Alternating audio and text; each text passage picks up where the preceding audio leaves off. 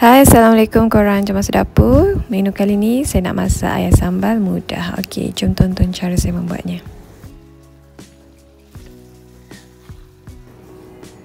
Okey, ni ada ayam yang telah diperak dengan serbuk kunyit dan garam.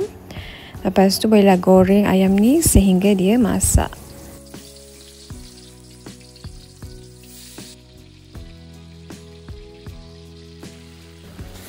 Balik-balikkan juga ayam tu biar dia masak sekata. Sementara menunggu ayam masak tu, bolehlah sediakan bahan untuk sambal. Ada cili kering, ada bawang putih, bawang merah dan halia. Semua bahan ni dikisar sehingga hancur.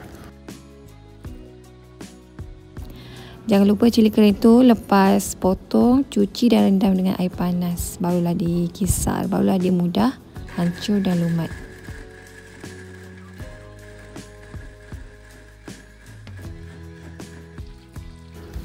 Bila ayam dah masak, boleh angkat dan ketepikan dulu.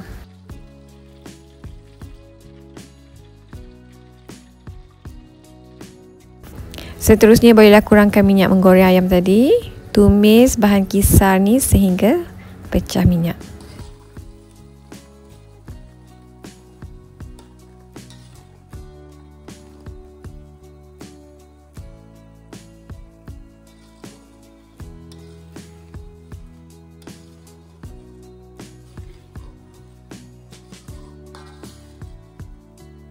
Kemudian bolehlah masukkan perasa, garam, gula, ajinomoto secukupnya.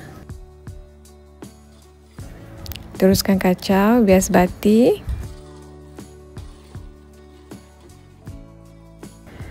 Tambahkan juga sedikit sos cili.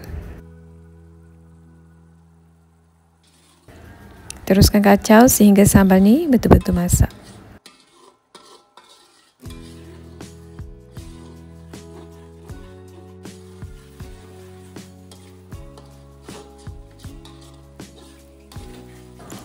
Bila sambal dah masak, cukup rasa semua, bolehlah masukkan ayam. Masukkan juga irisan bawang dan juga cili merah besar. Teruskan kacau biar sebati dan bawang tu layu dan masak. Okey, nampaknya ayam sambal saya dah masak. Hidang pula dengan nasi putih yang panas-panas ataupun nasi minyak. Ada pula acar timun, sambal belacan. Cukup dah tu, sedap. Okeylah korang, itu saja perkongsian daripada saya untuk kali ni. Thank you korang for watching. Bye, jumpa lagi.